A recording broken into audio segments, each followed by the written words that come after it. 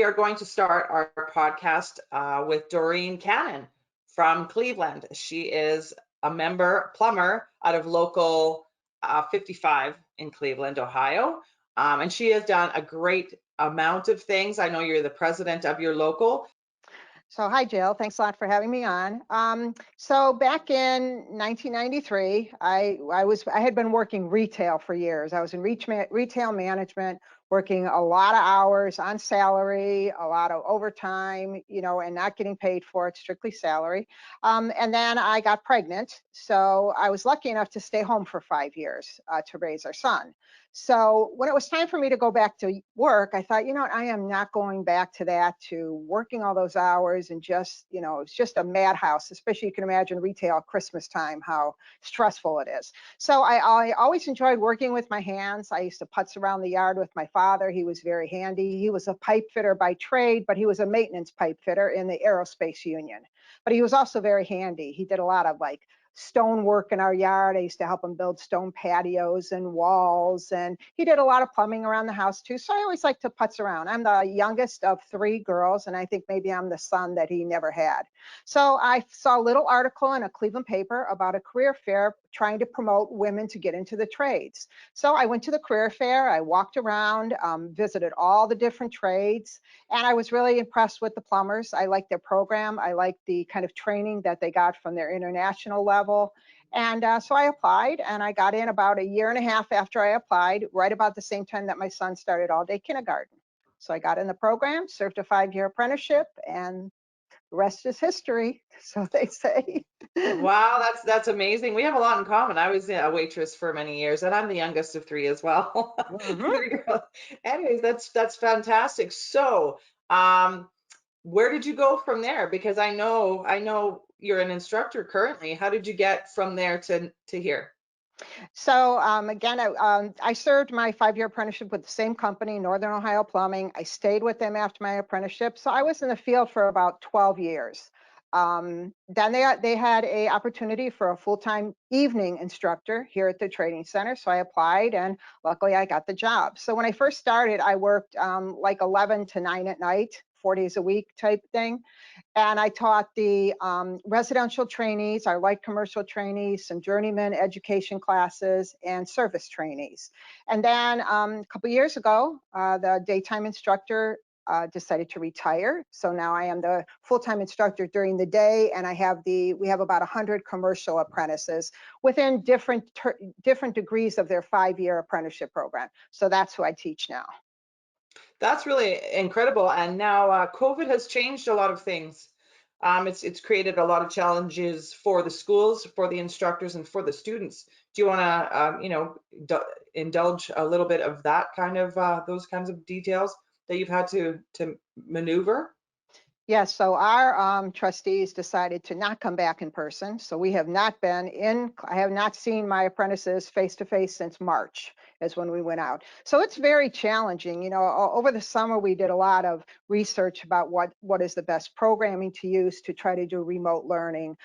We do a lot of things online as far as there is assignments. So it's very challenging, especially for the kind of careers that we have, where it's so much hands-on. On a normal school day, where they're here for an 8-hour day, we only spend 4 hours in the classroom, and then we spend 4 hours in the shop out of the 8-hour day. So it's a lot of hands-on. And this is training that they don't necessarily get in the field, because there's kind of that little, catch-22 where they're learning in the field, but sometimes they don't get a good variety. They get stuck on the same kind of job, or they get stuck on a really big job that they do the same thing over and over. So we kind of supplement their in the field training here at the training center. So that's really missed, and there's really no way that you can do that remotely. So it's been very challenging. I've realized that math is very hard to teach remotely. That it takes a longer time for them to catch up, and they're not as focused. A lot of them, one of my apprentices has 4 daughters at home online the same time he's trying to be online, all trying to learn remotely. So even though he tries to hide in a room, his house is just, in chaos. So there's just a lot of challenges. So, we're doing the best we can. The approach that we have taken is to do the things that we would have been doing that 4 hours in the class, up front loading that. So then hopefully if we do get to come back, they'll basically be in the shop for 8 hours. So we're trying to kind of adjust it that way, but it definitely is challenging.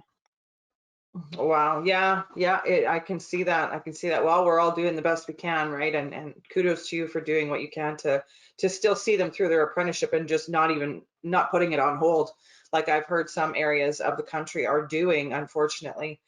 So let's kind of shift to your trade of choice. If there was one thing, one favorite thing about the trade, what would it be?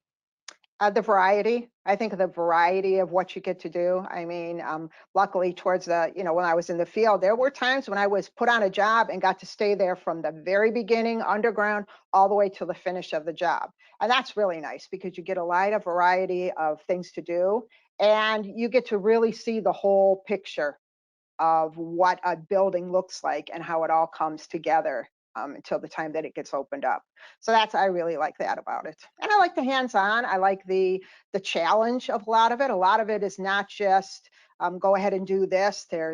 You have to think about it and how can this this puzzle come together? How can these pipes get in the wall? So it's also very challenging. Yeah, yeah, no, that sounds incredible. I'm a welder, but maybe I'll get my plumbing ticket. That sounds pretty That's darn right. exciting. That's It right. sounds like it's never boring, right? It's never Right. boring, Never and you're boring. always learning. Yeah, always learning. That's great. Now, another question I have for you are, what obstacles have you overcome along the way? So for me, when I got in, and again, we talked to a lot of tradeswomen across the country, and some of us just kind of fall into a nice circumstances, and others just get kind of thrown into a big circumstance. And again, I think it depends on what kind of job you get put on. If you're put on, like if there's a stadium going on or something huge in a city, and you get put on that, you get kind of lost in the shuffle.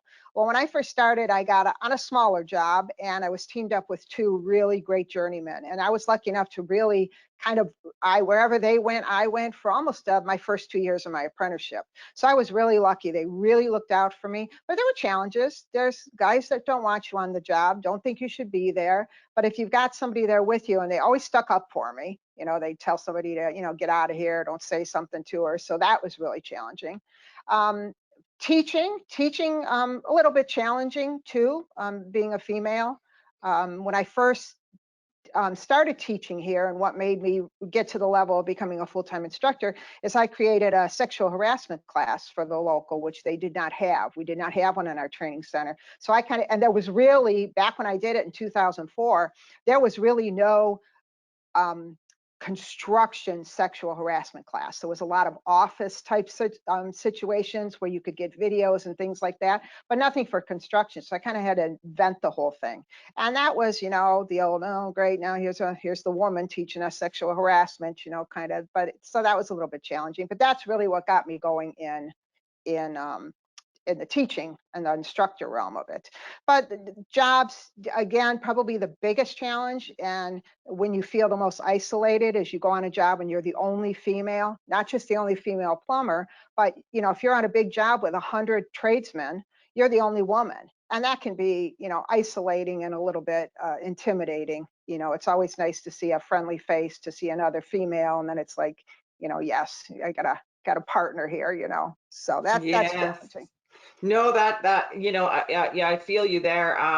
As far as the course goes, that's fantastic. Maybe that's something you should patent and share with the rest of us, because I think everybody should be taking training like that. Yeah, I'm in yeah, Canada, you're in the US. I think the training would be the same. it would absolutely be the same. Construction site is a construction site. Yes, yes, no, that's great. And that was kind of something else I was going to ask you about other women in the trade when you started out. Were there a lot of women, and are there a lot more now, do you feel? So I started my apprenticeship in 1998. There was not, they took on a big class that year. So I think there was 4 female out of 60 apprentices they took that year. By the time we were through into the first year, 2 of them were already gone. They had dropped out. So I think 2 of us ended up completing it. The numbers are still so low, and it's so challenging because you're working with a smaller group that would even want to do this. Let's face it, a lot of men don't want to do this. So when we talk about construction and the physical aspect of it and the weather aspect of it, there's a big majority of the population that want nothing to do with that. So now then you're trying to find women who want to do this. So you're working with, again, a smaller group that want to do it. So it's really challenging to try to find the women who want to be, are interested, and you can promote them in. We do a lot of outreach here, trying to promote, to get women in. And I think we definitely made a difference here, but we're still stuck around that 3%, of women that are in the trades. Even all the trades in Cleveland, each individual trade does not have that many. And then it's hard to like, I think we have 25 females in my local out of a membership of 1,100. So it's not very big, and it's really hard to get those 25 women to get together and create some kind of committee to promote the plumbing industry. Because like anything else, you get a group of people, a small percent of them even want to get involved in anything. So again, you're working with a smaller number. So what we did in Cleveland here is that we, myself and a carpenter, female carpenter, approached the Cleveland building trades.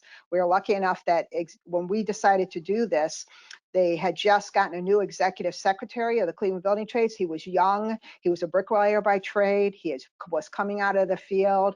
The other guy that was in there forever, and we couldn't even get an appointment with him to talk about anything. But the new Dave Wondolowski, we went to him and we approached him and said, hey, we would really like to form a Cleveland Building Trades committee for women under the umbrella of the Cleveland Building Trades. So he said, yeah, we write up a proposal, write up a mission statement, and we went ahead and do it, and they approved it to their executive board. So now we have the Cleveland Tradeswomen Committee, where we bring together all the tradeswomen from across the Cleveland area. So now you're talking about hundreds of women. So now we, and we really hit our stride right before COVID, like everybody else.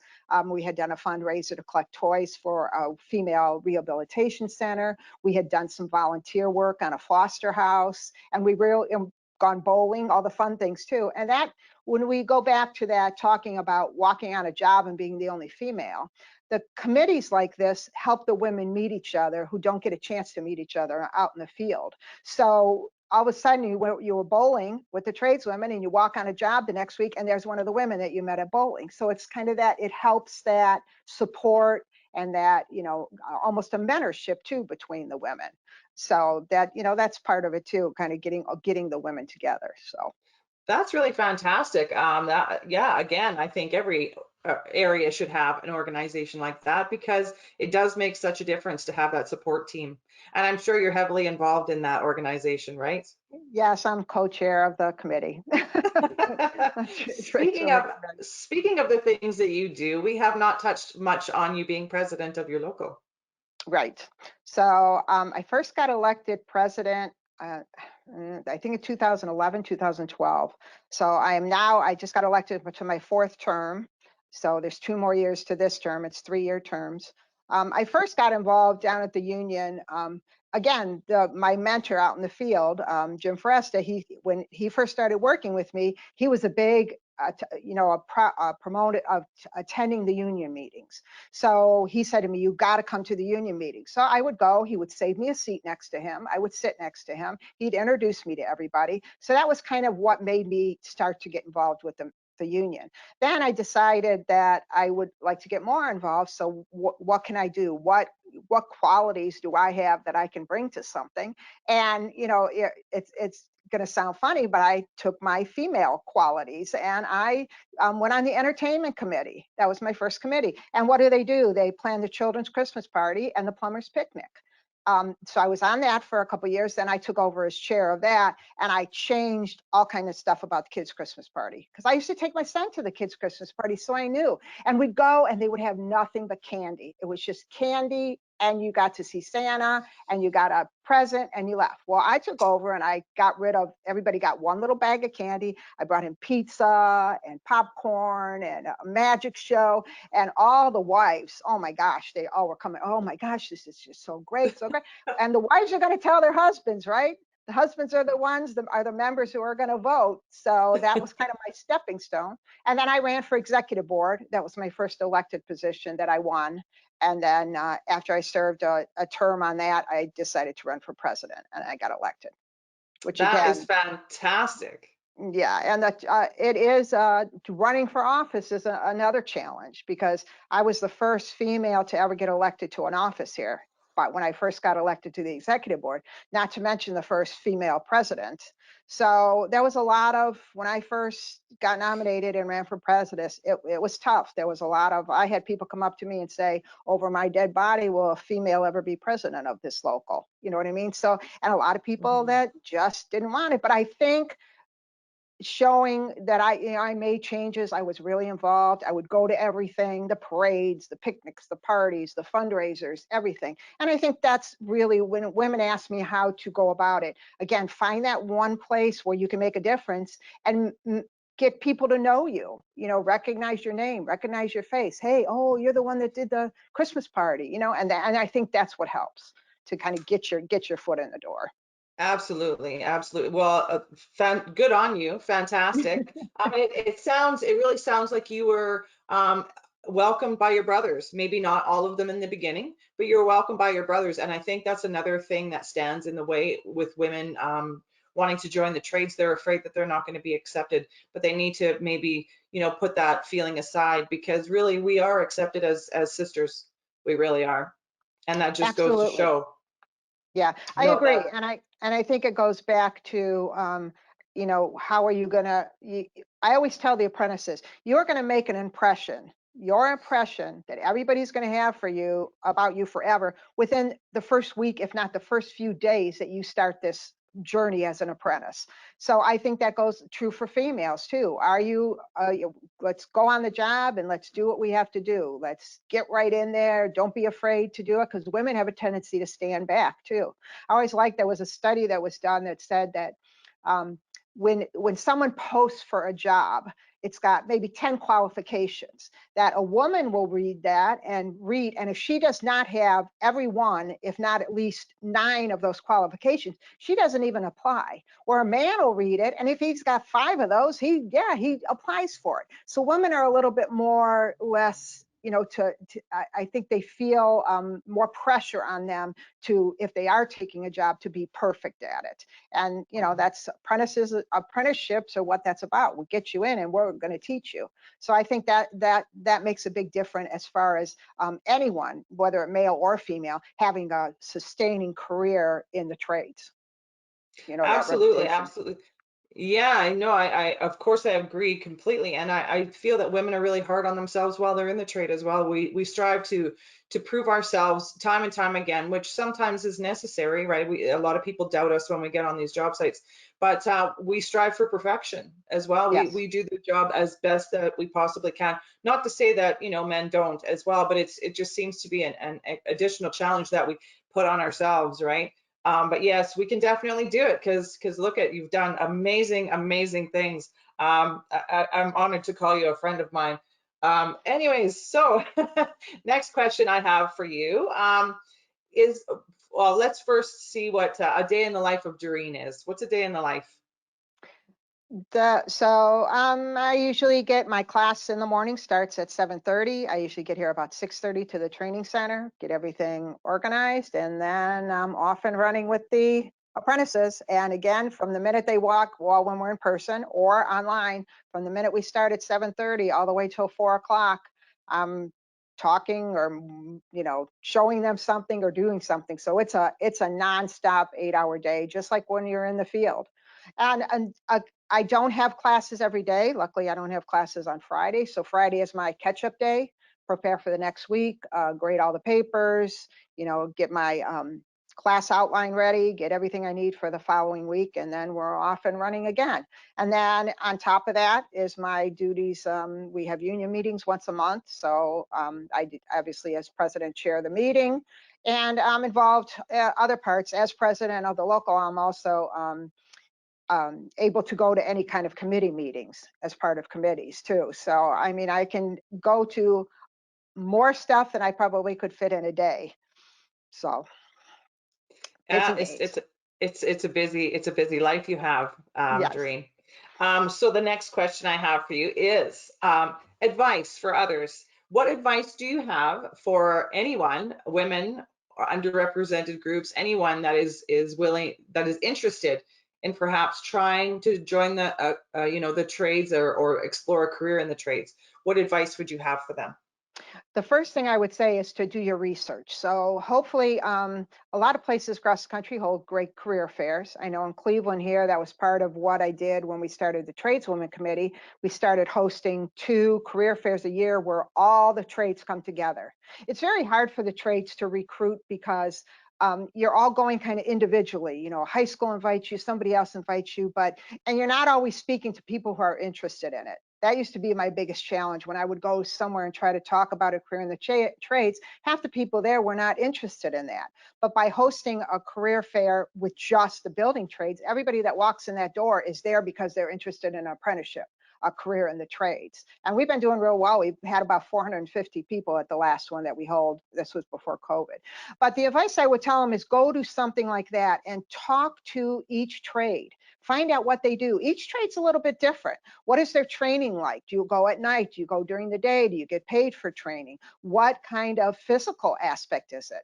Obviously, an iron worker compared to a plumber, I don't have to be up on a beam walking somewhere. So there's all different things. So find out what the physical um, restrictions or what you might have to do physically, that find out about their training, find out what the wages are. Don't be afraid to ask, hey, what are the wages? What are the starting wages as an apprentice? And then make a decision based on that. And then, make sure you go and follow the steps, apply. I always tell people, they say, well, I'm not ready to get into this till a year from now. So, apply now because it may take a little bit of a process to get through. So to follow those steps. And then once they do get on the job, once they do get accepted into the program, again, start out good, start out strong, start out by making a good impression, show up. Still, even now, our biggest challenge with apprentices starting are showing up to work on time and staying off their cell phones on a construction site, which is a safety issue. So we face those challenges too. So that's what I tell them all. I said, you know what, this is an absolutely great career opportunity for you. Being in a union and working through a collective bargaining agreement, where else can you go and start a career and know that 5 years later you will be making this wage? You work a regular job, maybe you're up for a yearly review, you go in and your boss tells you, well, we didn't have a very good year, we're not giving raises this year. You go the next year, oh, we didn't do very good this year, we're giving a 1% raise. But here, when you get in an apprenticeship program, you can plan.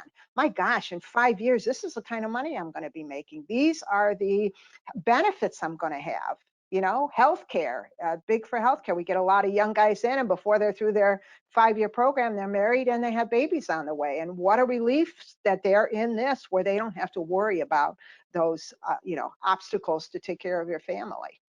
So those are the things I think are the most important. And for women, um, not too different than that, other than knowing that you are going to be under a microscope, whether that's fair or not. But you're absolutely right when you said that, we go on a job and we have to prove ourselves all the time. And you finally get on a job and everybody knows you, they know you're a great worker, and then you get sent to another job with a whole new crew. And it's like, back to square one again. Now you got to prove yourself all over again. But I think that's also true for apprentices starting out too, as people get to know them, that every time they go to a new job there and work with new guys, they have to prove themselves again. Yeah, no, that's great. No, very, very true. Wow. Yeah, now the apprenticeship, of course, is different in the United States than it is in Canada. So it depends on where you are, on Right. how your apprenticeship is going to roll out. But yes, the program's really exploring, finding out what you like, and then going for it really is a fantastic way of looking at things. Now I'm going to give you the floor, and if there's anything else you'd like to share on the podcast, anything that maybe I have not asked that you'd like to share with anyone, is there anything else you'd want to add?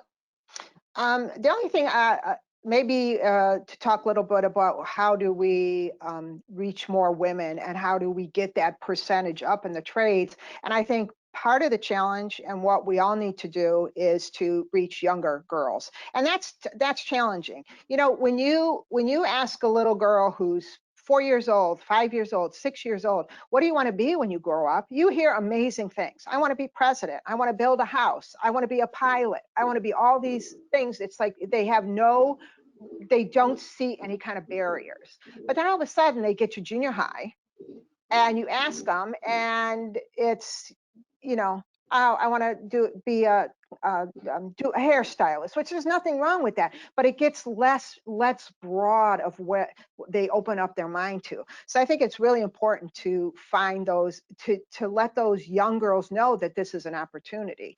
And part of that challenge is because there's so few women, there's not a lot of role models. You drive by a construction site, and how often, when kids are in the car with the parents, do they see women on a construction site doing something? Not very often, you know. So that's one thing. The old saying, you know, if I don't see it, I can't do it. That type of thing. So I always tell tradeswomen that we all, it's almost like, to me, when you become a tradeswoman, you also take on the responsibility of becoming a mentor and trying to promote this to other women. So I always tell women that, you know, get your story out there.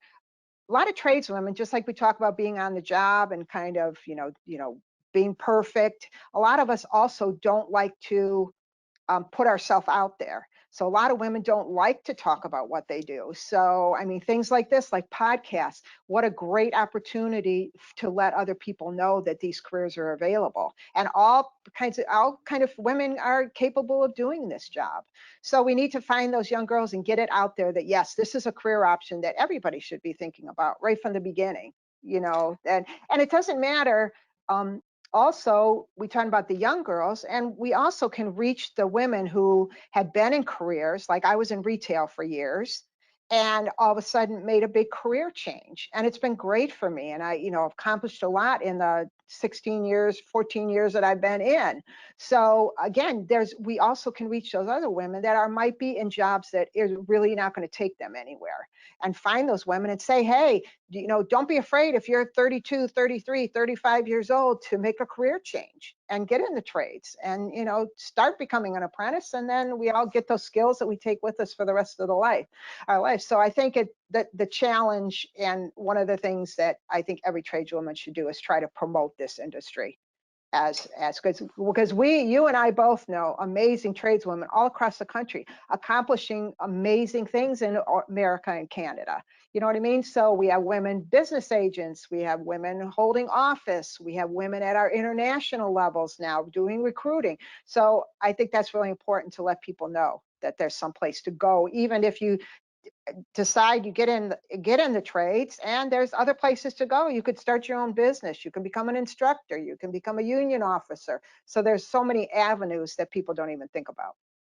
Absolutely. Thank you for all of that information, Doreen. And so true, so true that we podcasts like this, and this is exactly why I decided to do this podcast, is we don't see enough of them. We don't see enough of them in their positions that they're in, and we don't like to be put on the forefront. We don't like to be, put on the pedestal to share our story. Yes.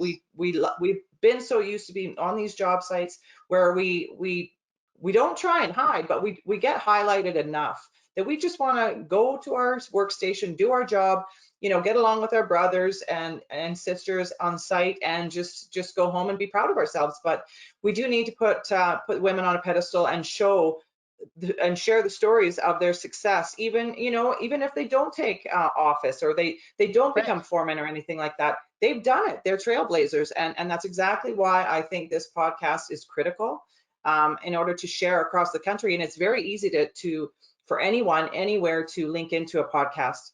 Right. I've seen women in Alberta because that's where I live, but I can now see women across the country in a podcast.